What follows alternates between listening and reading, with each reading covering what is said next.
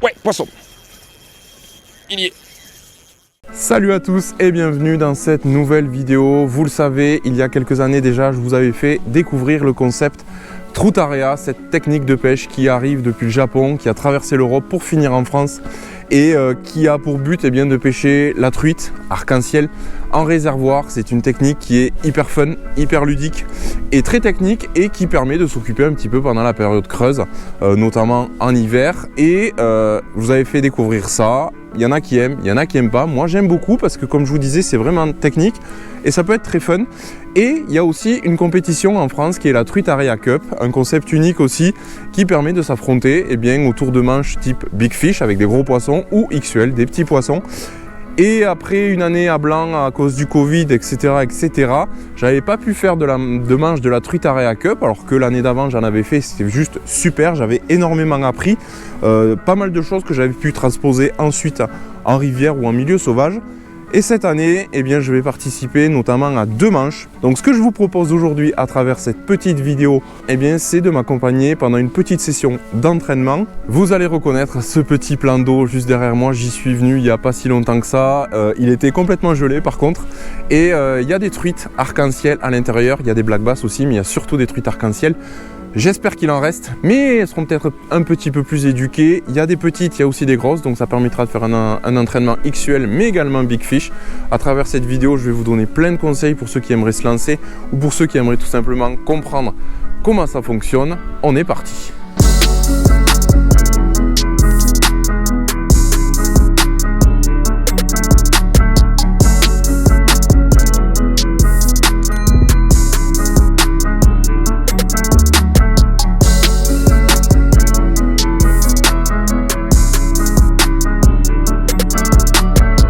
Allez, de retour sur ce charmant petit lac.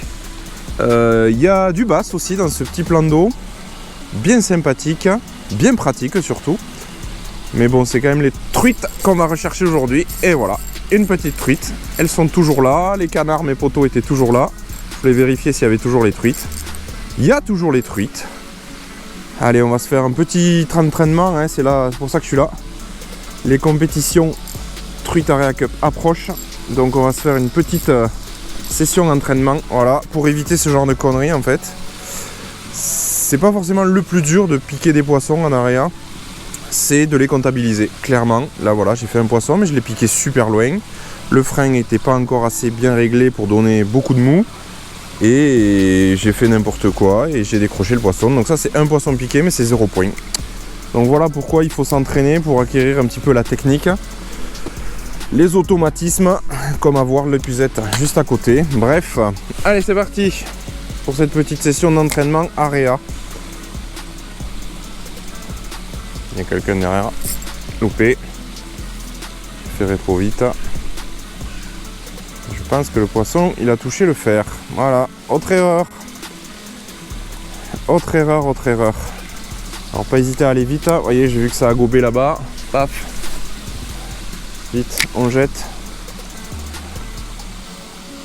Bon, il y a de l'activité en surface, donc je vais moins le laisser couler la cuillère. Je vais quand même pêcher lentement.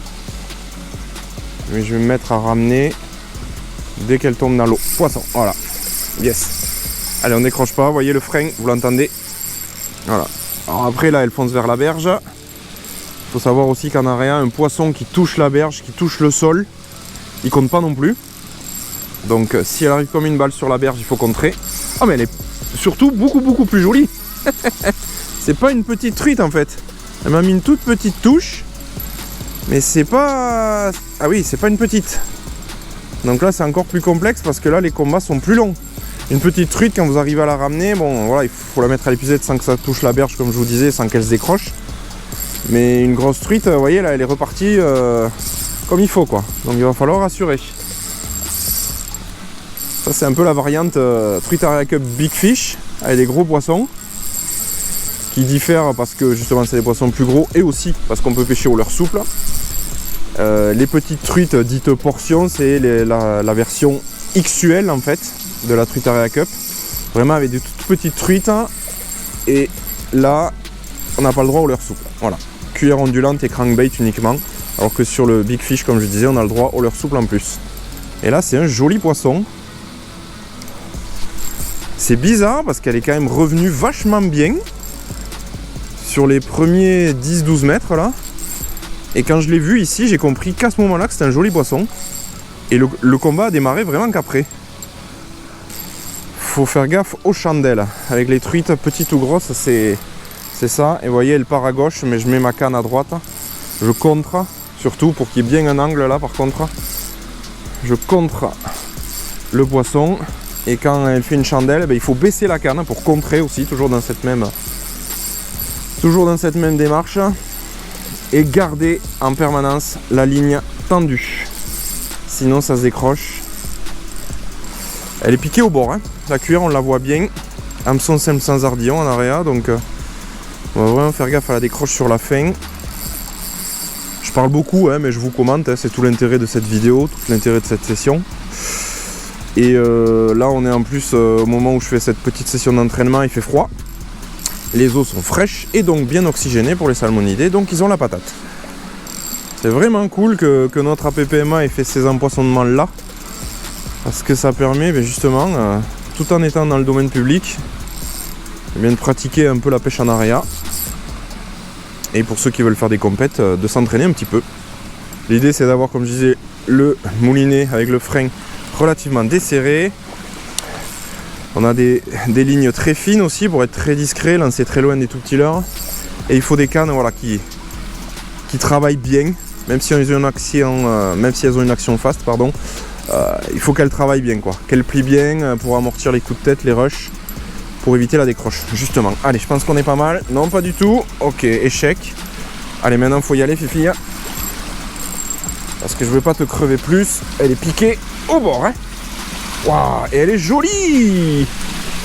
Voilà. Une superbe truite qui m'a mis un beau combat jusqu'à se décrocher juste dans l'épuisette. Allez, comme en aréa, on la touche pas. On la touche pas et on la laisse repartir tout seul. Voilà. Ce qui est sympa aussi avec cette approche, c'est ça, c'est que déjà il faut utiliser une épuisette adaptée. Et le poisson, on le touche pas, on le manipule pas et on le sort très peu de l'eau. Et hop, il repart. Bon, mais c'est cool.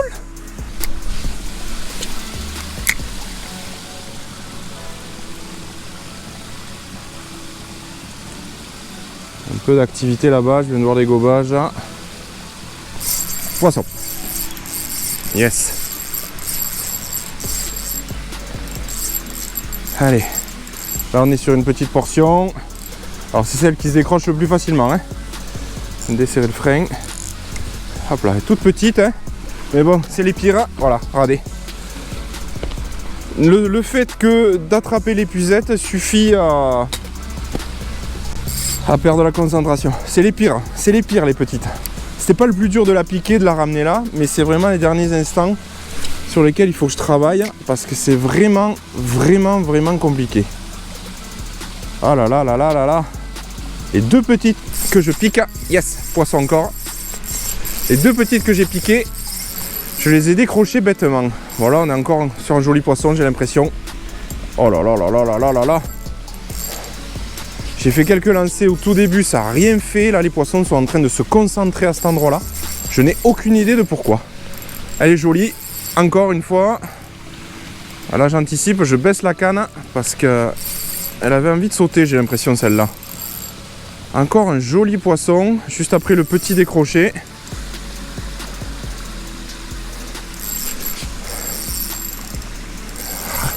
Mais bon, purée, les petits, j'arrive pas à les mettre à l'épuisette, hein. C'est quand même...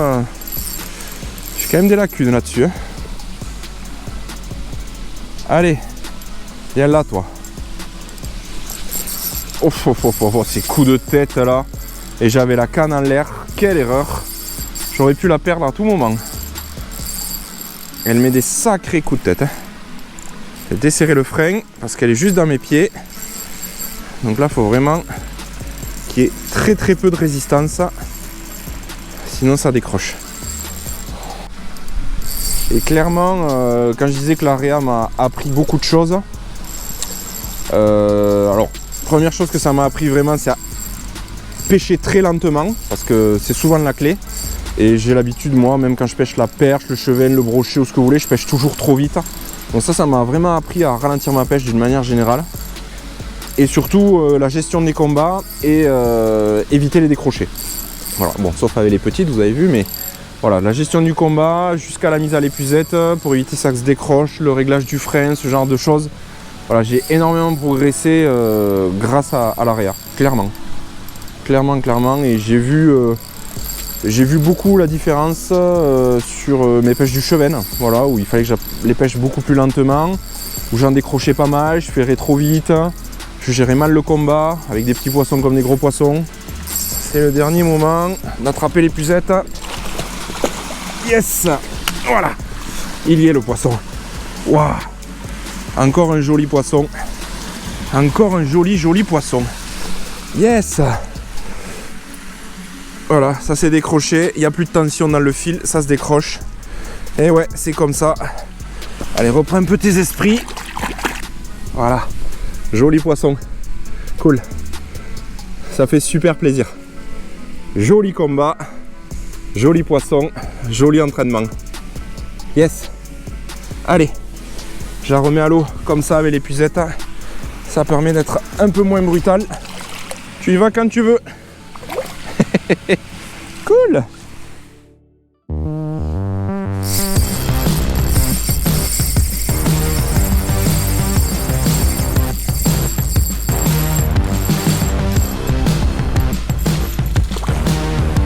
Hop là. Hop là. Allez hop. Voilà. Hop là, voilà.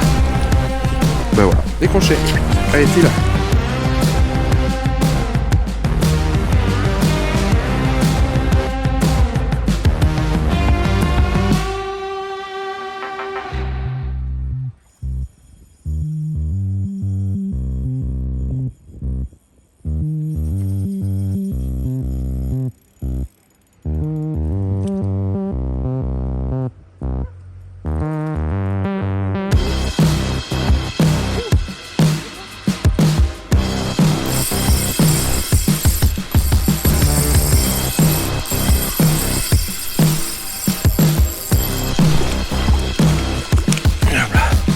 Voilà.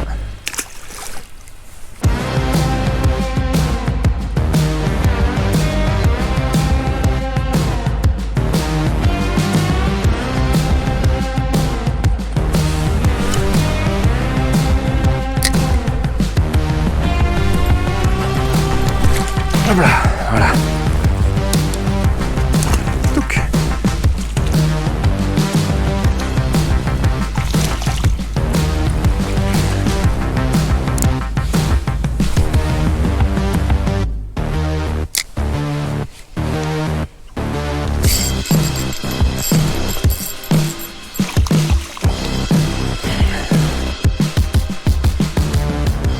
Oh, elle a suivi. J'ai ramené un peu vite sur la fin parce que je pensais que c'était terminé, mais elle est partie, voilà. Donc ça, un petit conseil aussi, vraiment. Et ça c'est valable à la pêche partout. Tant que le leurre il est dans l'eau, il peut attraper des poissons, donc vraiment jusqu'à la fin. J'étais en train de réfléchir au prochain conseil que j'allais vous donner en fait. Si vous voyez les mecs qui font de l'AREA, en général ils ont des fois 6-8 cannes. C'est juste un truc de barjot, c'est parce qu'en fait, pendant les manches qui sont très courtes, et bien, si vous perdez du temps à changer de leurre, à faire des nœuds, des trucs comme ça, vous perdez déjà beaucoup de temps de pêche. Donc c'est pour ça que les mecs ils ont 6 à 8 cannes pour avoir 6 à 8 leurres déjà prêts. Et sans tomber dans cet excès en fait, l'idéal c'est d'avoir quand même au moins 2 cannes. Vous avez une cuillère ondulante et un leurre dur. Et l'avantage c'est que, parce que ça arrive aussi, si jamais vous cassez, si jamais vous faites des nœuds, si jamais vous faites de la merde en quelque sorte, et bien c'est pas grave, la canne vous la mettez de côté, vous en avez déjà une autre qui est montée et vous pêchez, sinon vous allez perdre beaucoup trop de temps. Donc sans avoir 25 000 cannes, 2 cannes c'est pas mal si vous avez un problème sur une pour switcher rapidement sur l'autre, parce que la manche dure des fois 10 minutes. Et si c'est pour enlever des nœuds dans les anneaux, des fois ça prend 10 minutes, donc vous pêchez pas de la manche. Bref, ayez au moins 2 cannes.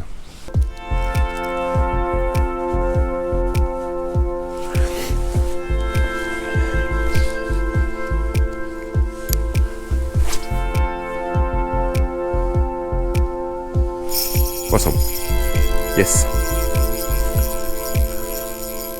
Yes.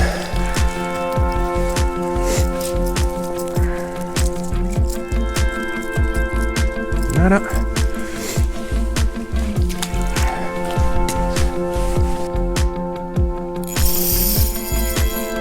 Oh, cette châtaigne.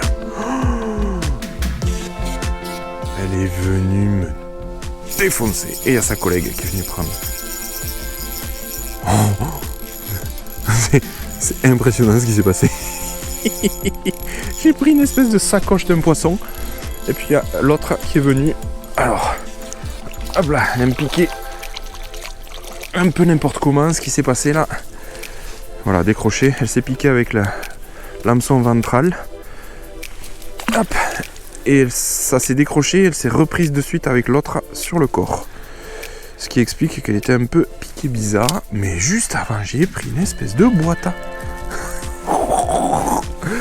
Incroyable ces poissons. Bon, en tout cas, c'était vraiment cool. Parce que les poissons étaient vraiment au rendez-vous aujourd'hui. Ça m'a permis de pouvoir vous montrer exactement ce que je voulais vous montrer. Et de mettre en pratique tout ça et de bien m'entraîner. Donc les poissons étaient là, c'était cool.